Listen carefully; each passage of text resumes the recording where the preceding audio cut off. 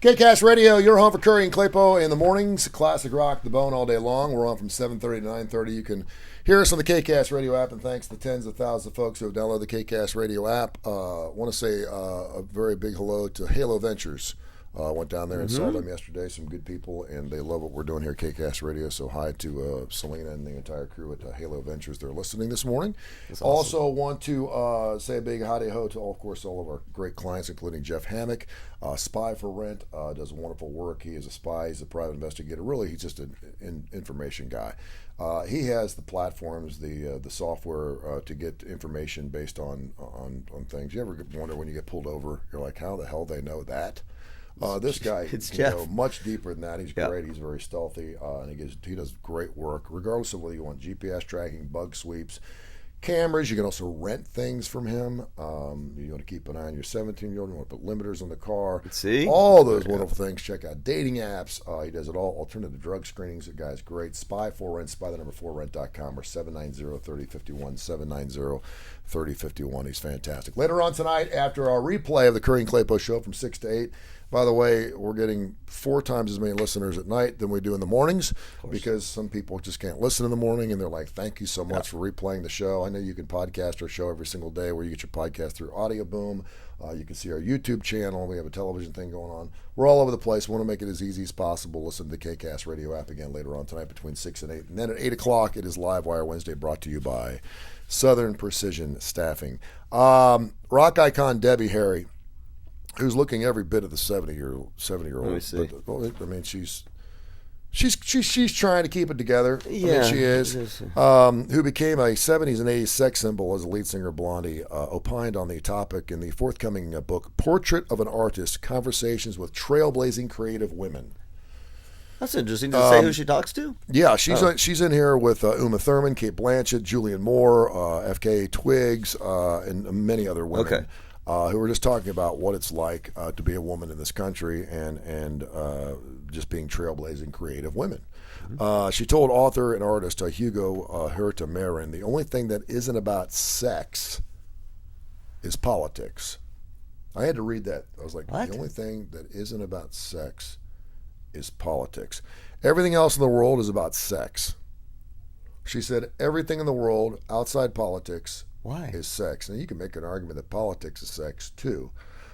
She said what you listen to, what you read, where you live, and who you are all has to do with sex. Now, she wasn't necessarily, that's the only excerpt we got. So I'm kind of like, okay. It's a great excerpt because it made me really Help me understand, Blondie. We're talking about the intimate part of sex. Yeah. We're talking about sex, male and female. And I think that's where we could open our conversations. The 76-year-old added of her band's CBGB roots, punk was also by chaos and deconstructing musical ideas. There's a lot of satire around making fun of customs, the rules of adulthood, and what's been considered proper behavior maybe 10 years before. There was also a big sexual component to it, which became very apparent. It was no longer just about good old boys taking their lives on the road and picking up dirty women.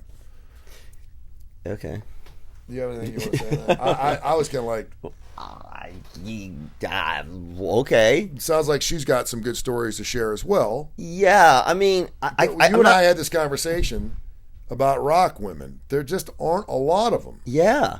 Pat Benatar, Debbie Harry, Chrissy Hynde had a birthday yesterday. I'm trying to sisters. think. The Hart sisters and Nancy Wilson. They're just, compared to men, it's probably 1%. Right. Now, other genres, country music is a lot of women. All right, pop. Blues music was a lot of men. Gospel music was a lot of women. Christian music is about half and half. But when it comes to classic rock, and I bring up classic rock because it was the one that was the most chaotic and deconstructive, according to Debbie Harry, because gospel singers, they had groupies, but not groupies like classic rockers have, and what would happen back in the 60s and 70s. You just think about the run-up they had at Woodstock. Mia Joan Baez. There you go. Right. Okay. But even Joan Baez, I mean, that Joan Baez is... The Go-Go's? But neither... Yeah, but that's all... I mean, again, yes, but they're pop. Joan Baez is folk. Yeah. They're not classic rock. Bengals are not classic rock. Go-Go's are not classic... Right, no, I still don't understand. If you think about some of the most iconic voices, just voices. I forget the musical genre. Joan Jett. Someone just tweeted Joan Jett. Well, that's what I mean. But so like again, we don't see. I'm making these. We don't see Adele rock. Yeah. But she obviously could sing. Pat Benatar was trained as an opera singer. Yeah. It's just, it is. We've had this conversation a lot. It is fascinating to me how and why it didn't happen. And what's interesting. Oh man, we need to get a hotline to Damon because this is an interesting thing. Why don't you see it? Is it a sort of gendery bias thing, right? Because I mean, it doesn't make sense given the talent of women. I think based on the time we were going through in classic rock's genre of the 60s, 70s, and 80s, it wasn't necessarily proper during our generation of what women and 80s? Well, because no, but 70s and 80s it was still a man's world. I mean, but that this whole women's movement thing no, has really but, been like but the last in 20 rock, years. but I'm saying, but listen, it's always been okay to be a female. And you also, in most cases, you always had a female that had a lot of backup singers that were men too. That's right. But what's interesting is think about the different rock genres. In the 60s, 70s, and 80s, it's not like you didn't have female performers. They were in different genres. So that's what's kind of strange to me. It's okay for you to do pop if you're a female. Sure. It's okay. Let's go 80s. You can new wave, right? You can be whatever. But you don't want to be too crazy. Like, could you imagine if a female tried to pull off Alice Cooper's bit in the 70s? We'd think she was crazy. I don't know. If we thought Alice Cooper was I don't know if crazy. she'd sell tickets. I mean, I think about Joan Jett and the Runaways, and just how punk they were like the Sex Pistols. I mean, yeah. But they weren't as received because I think it scared the shit out of guys. It did. You would, if you were a guy, you weren't going to see Pat Benatar or Joan Jett. Why? You would go because they were rockers. You'd see more people now going to Heart concerts, but I think it was more of a women's movement. They weren't trying to make a movement. They were just playing music. They were just rockers. I don't. If classic rock came back full force right now and all of a sudden radio stations are playing the type of music classic rock is, I don't think you'd have any more females just because I don't. Well, what do we think about Miley Cyrus? Well, we've said the same thing. It stop. Don't cover. She could pull it off, but she's not pulling it off. Right. It's uncomfortable. Even when she sings with rockers like Billy Idol. But but you know why? But again, it's and she's about as crazy as we got when it comes to females. Yeah, but I think it's because I think part of it is like being, what is it called? Typecasting. Right? It's Hannah Montana. It's Pop Miley. But yeah, you're right. Because it's sexual party Miley. It is. She should be able to come over. What's wrong? She's trying. But I also think it plays along with our stereotypes of women are calmer, more provocative, more thought-provoking. They write more poetry into music. Nancy Griffith, who passed away a couple. I just don't think it was as widely as accepted. Pink could be but Pink is relatively new. I mean, she's 15, 20 years in? I mean, that's what I'm saying. Pink could cross over. They love her. But I don't know how many guys go to Pink concerts. Lesbians go to Pink concerts. I'd go to Pink concert. Pink rocks. You're a lesbian. I'm not. So guys did not go to Cher? Pat Benatar? Cher? I mean, we know Cher is a big lesbian draw. And it's fine. Cher now, you'd go to Cher then because you thought she was hot. No, you go because of Sonny Bono. No, come on. What about Pat? Okay, Pat Benatar. There were no guys. Pull up a 1970s when she's singing Gypsies and Queens or whatever it was. There ain't no guys in the audience. There's not one. There's not one guy seeing Cher in the 70s and 80s. They go see her now because they're gay. I would go just to say I went to a Cher concert because I still think she's amazing. But I'm broad brushing here. But what I'm saying is, okay. How about Pat Benatar? Let's go. But I don't think it's because guys didn't like female rockers because female rockers did really well. That's what I mean. Well, Heart was killing it. They've sold millions of records. Pat Benatar was huge. Right. Then again, Pat Benatar kicked it. So that's what I'm saying. I'm having a child. I'm out. I'm not going to do anymore. There had to be something that kept the women out of it. It's the male patriarchy. I'm telling you. No, I think you're right. That's what I mean. It's the culture. As classic rock is it's not waning. It's as big as it's ever been. Well, it's canalized. But I mean, you said it. It's canalized. Yeah. It's canalized. Damon said it. I think Damon said it. Yeah.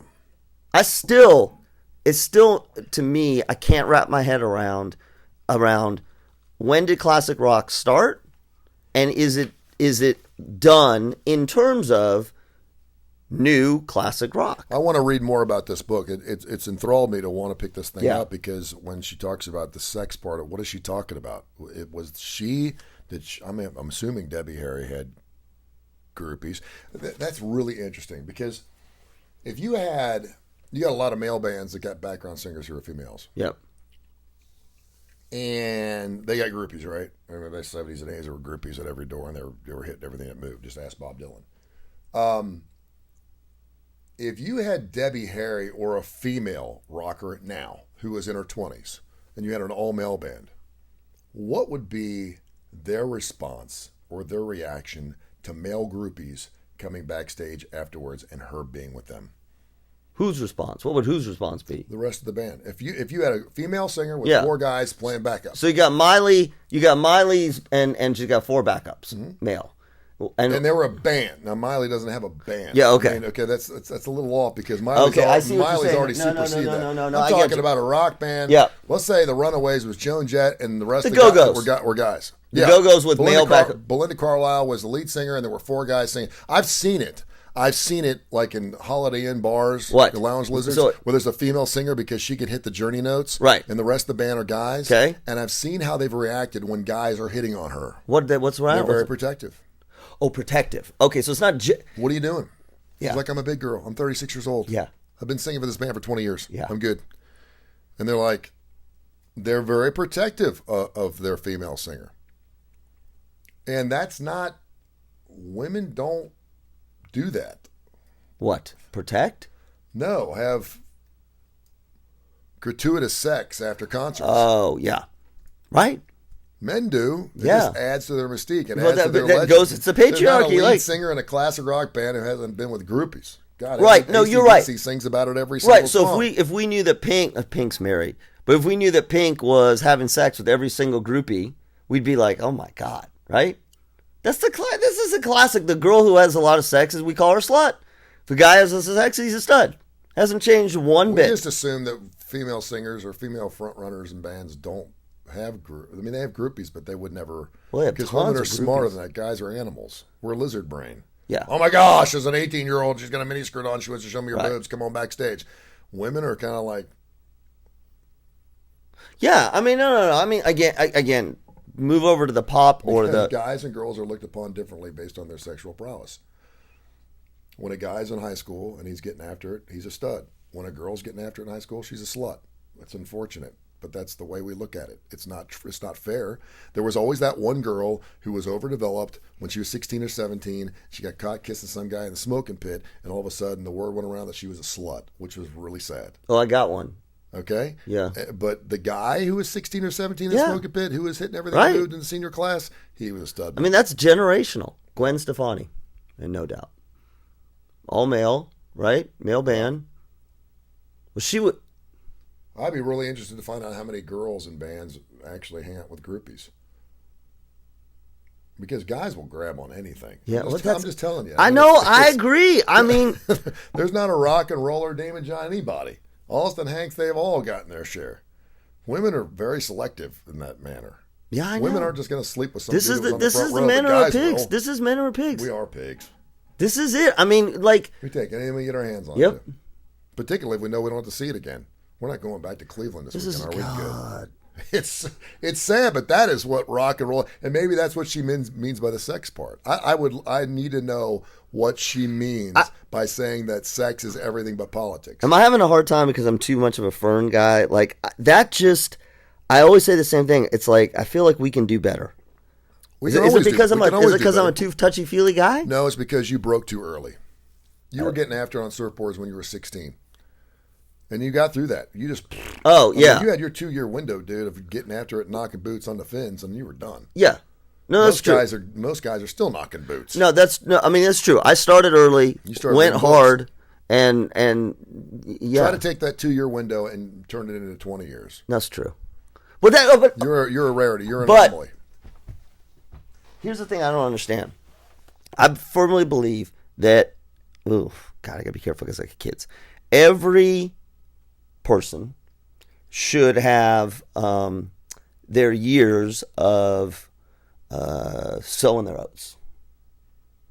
You gotta be careful because I got a 20-year-old daughter. They should have their years, or they do have their years. They do. I feel like you have to get it out of your system. Because what you don't want to do, the problem is it doesn't make sense. Not for sake of doing it, but it just should happen. Because if it's going to happen, let it happen before you ever get married. Oh, yeah. No, but you see a lot of guys who never, like, it's almost like they never went through that completely. Mm-hmm. And they think one bachelor party will get them through. That's exactly. You got to have. You can't do it one night. You have to have. I've said this. And I think it works. I'm just trying to think. I think it works for every sexual identity, every gender identity, even if you're gender fluid, and even unless you're asexual. If you're asexual, this would not work. Okay.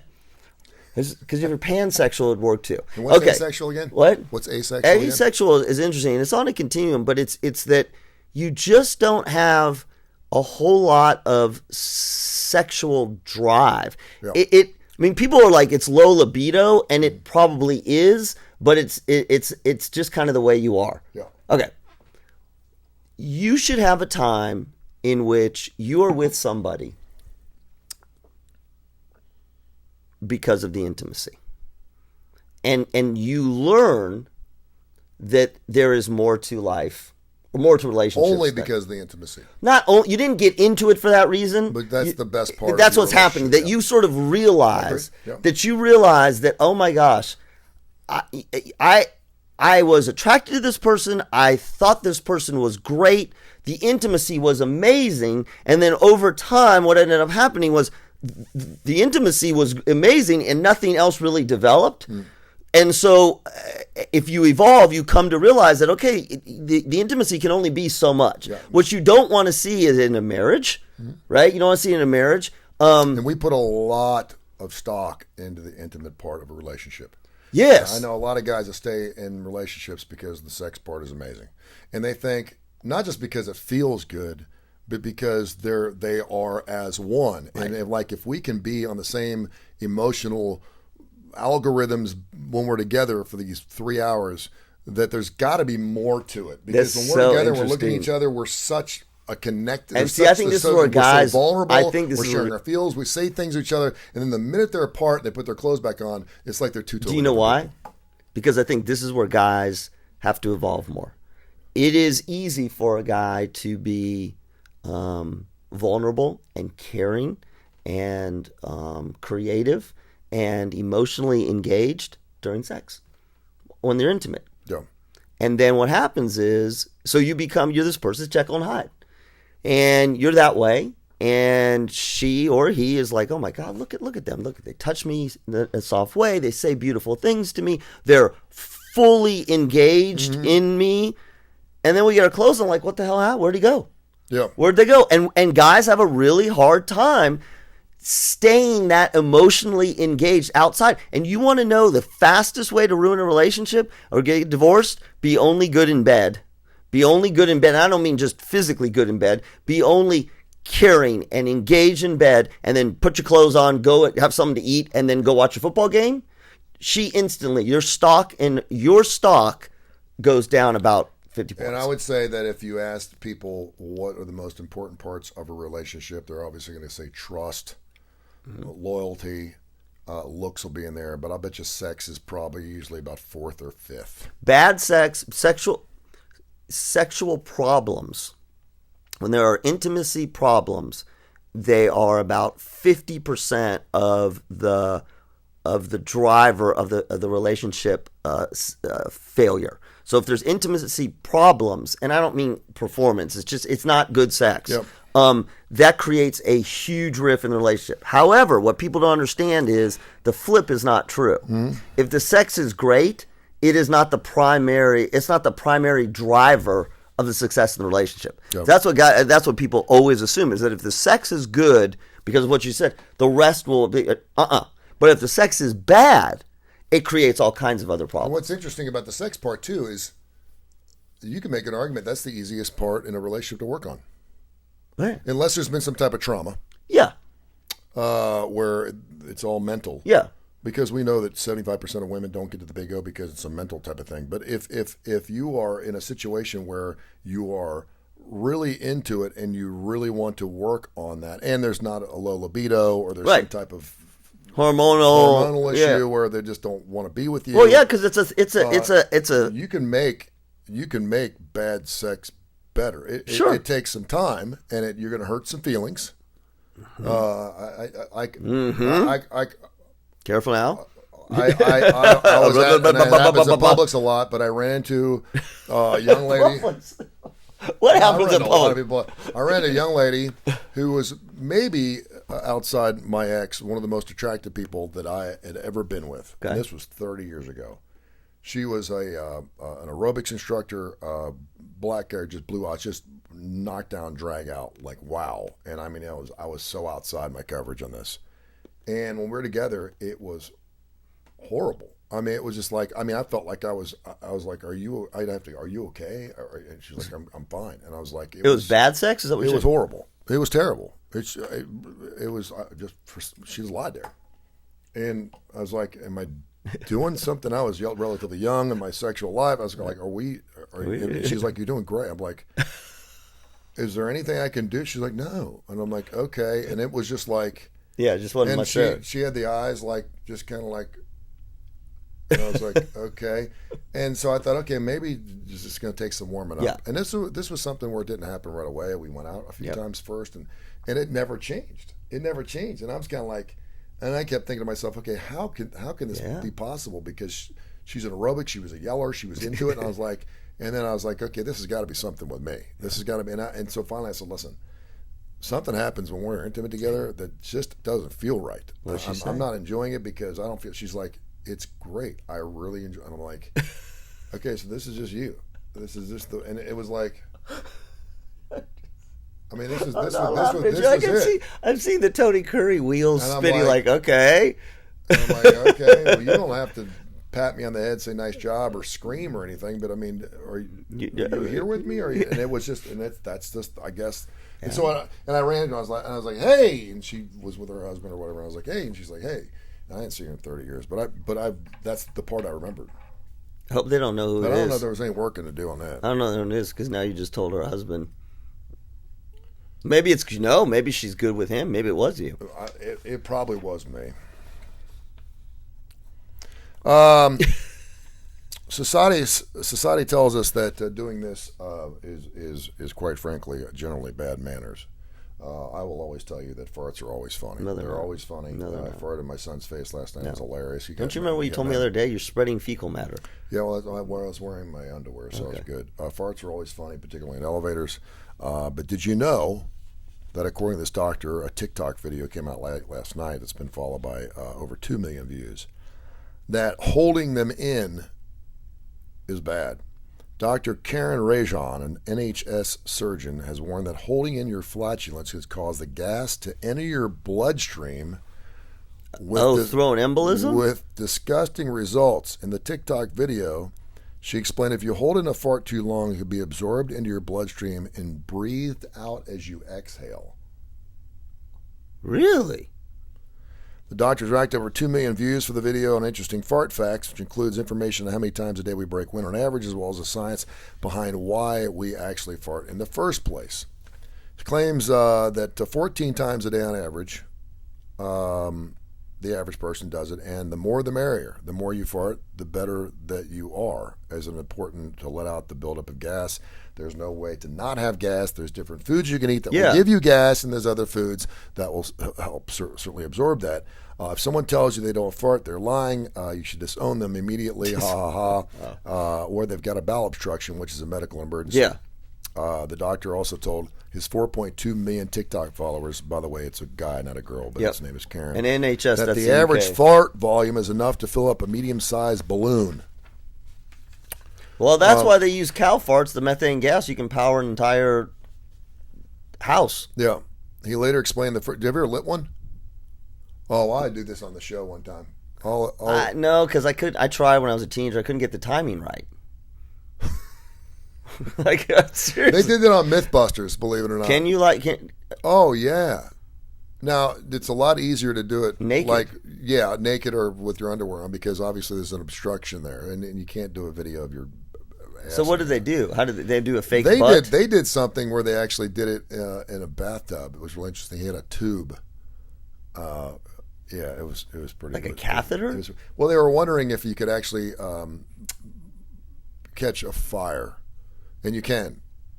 Like you can start a fire, like you can burn, because there's a sphincter reflex where you fart and it kind of goes back in again, and you can actually burn your insides if you don't blow it all the way out. What? It's great. We're talking about menstrual cycles. Oh, if you're trying to light it on fire. Mm-hmm.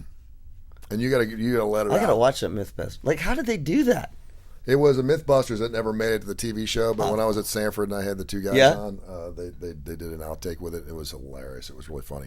He later explained the first fart of the day is usually the biggest, and even dealt with the facts behind where our wind comes from. He added 75% of our farts are produced by bacteria in the large intestine. Mm-hmm. Digested food that isn't broken down is chewed up by bacteria that produces microscopic farts that accumulate and become one of our regular farts. 25% of farts are swallowed air that you don't burp and dissolve gases in the blood, making its way in the intestines. So if you talk or sing a lot, you fart?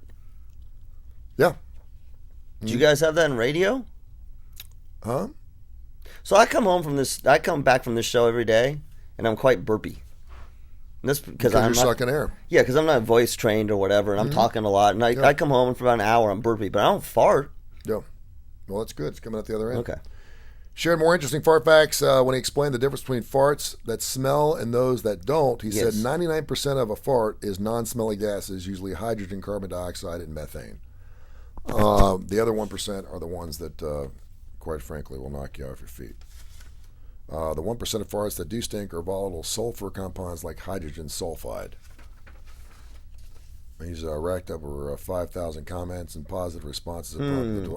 My dad had a GI problems? Oh, man. Like irritable bowel My kind of thing? friends used to come over to my house just to hear my dad fart. Is it like that loud? No, I mean, my dad Long? my dad would let him rip in restaurants. He would just, and then he got so used to doing it that he would do it not knowing he was doing. He just right in the middle, and we were so used to it, it was like no big deal. And they were loud. My dad. I mean, did he have a condition? Did he have like a GI problems? He probably had IBS or something because he had a hard time pooping, and that's one thing that I hope from a genetic standpoint that I don't have. I got in that book called Far for Pooping. They talked about, but he used to eat prunes, like a big bowl of prunes, and he would drink like a whole thing of Metamucil every week just to stay regular. And I'm like, well, what is it? Are you drinking water? Are you eating? And he went to doctors for it. What'd they say? They just medical mystery. Medical mystery. I think a lot of it was probably his food intake. A lot of it has to do with what you eat. Yeah. No one wants to be bloated. No. See, you should be happy that came out of there and not the bottom part. This show is just taking coffee. So let me tell you about your prostate as long as we're sitting here. Do that. We'll play a couple more songs. Yeah, because I sure as hell have no idea what I want to get into this really interesting story. By reading it, it's going to be boring, so I'm not going to read it. Okay. But we talk about the cancel culture. Yeah. Kanye and all these celebrities who have been part of the cancel culture. This guy was a guy that no one knows what it's really like to be canceled and how I overcame it. I love it. Let me talk about Vituro Health. It is Men's Prostate. It's Prostate Cancer Awareness Month. We are going to have the CEO of Vituro Health, Clete Walker, will be on with us on Friday. Guys, 1 out of 9 men are going to develop prostate cancer, and it's incredibly treatable, but you have to stay on top of it. You've got to get your prostate exam. You got to have a blood test, PSA. And if you develop prostate cancer, know that Vituro Health is there developing new kinds of treatments. So not just surgeries, but other forms of treatments to eradicate the cancer and not produce the negative sexual side effects. The best thing you can do is stay educated. Go to their webpage today, VituroHealth.com. That's VituroHealth.com. All right, another amazing show on Facebook Live this morning. Thanks for viewing us. Man, we talked about menstrual cycles and talked about farts. Homosexuality, abortion. See, you're not going to get this. Can I just say this? You are not going to get this on any other show. You're not. I mean, there is no way. We'll podcast the first hour on Audio Boom, wherever you get to listen to it, and then we'll play the show again from 6 to 8. I've done radio for 40-something years. It's unlike any show I've ever done. I'm being serious. There is no way that anyone will ever. And for the most part, I mean, I had some stories to get into. We really didn't get into them. It was amazing radio. I think it was. Seriously, I think it was amazing. You never hear this talk. It's two guys in their 50s just talking about things that are important to us. I think it's great. I hope you enjoyed it. Make sure you download the KCast radio app. That can help us out big time. Even if you don't want to listen to it, tell your friends. You're going to want to listen to it because it's great classic rock and roll. But download the KCast radio app, and if you like classic rock, you're going to absolutely love it. We just hammer great classic rock, and we got some great, unique programming that's going to start here soon. So make sure you continue to listen up, and thank you so much for listening and watching.